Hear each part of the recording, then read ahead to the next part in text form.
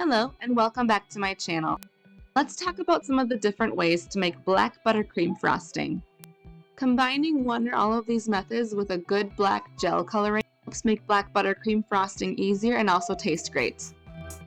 One way to start is by using your leftover buttercream colors from other cake projects or chocolate buttercream frosting. Both of these together because you're already starting from a color and will need less gel. You can also use black cocoa powder. Bring your buttercream frosting to a dark charcoal gray color and also give it an Oreo-like chocolate taste. Recipes for both my vanilla and my chocolate buttercream frostings are on my website at customcakesandcupcakes.com. If you're looking for where to find black cocoa powder, you can find it in my Amazon storefront. Now I'm adding the black gel coloring. This one is called Black Diamond. I also like coal black or super black. Start with a few drops and stir.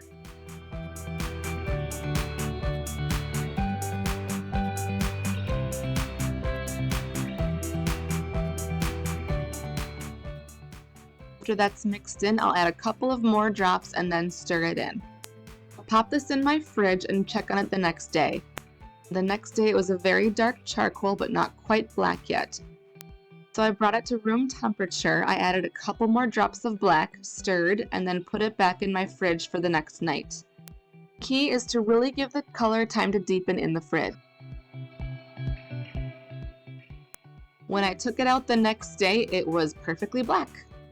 Mention on my recipe pages on my website. If you'd like it to be thinner for frosting or spreading, you can add a little cream or your liquid source, and if you want it to be thicker for piping and decorating, you can add a little bit more of either powdered sugar or the black cocoa powder.